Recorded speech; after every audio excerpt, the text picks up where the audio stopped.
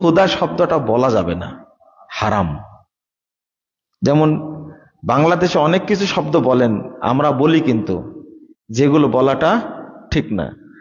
ঈশ্বর শব্দটা ব্যবহার করে আল্লাহর ক্ষেত্রেও, এটা কিন্তু ঠিক না।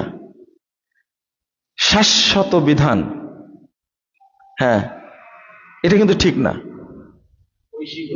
ঐশী গ্রন্থ, এগুলো তো ঠিক না। ঐশী একটা মূর্তি।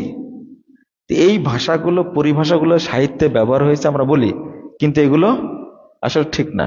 অনেক ভাষা এরকম আছে, তো আমাদের এটা ছাঁটাই করতে হবে। যেমন এই সম্পর্কে জানতে হলে আমরা কি বলবো?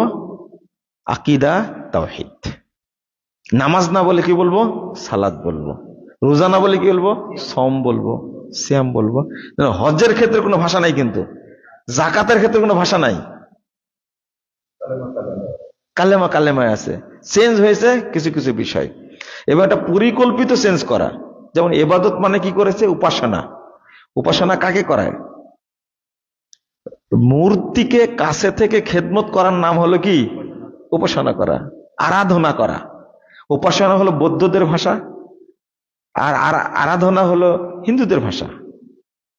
তা আমরা তো এগুলো বলতে পারি না।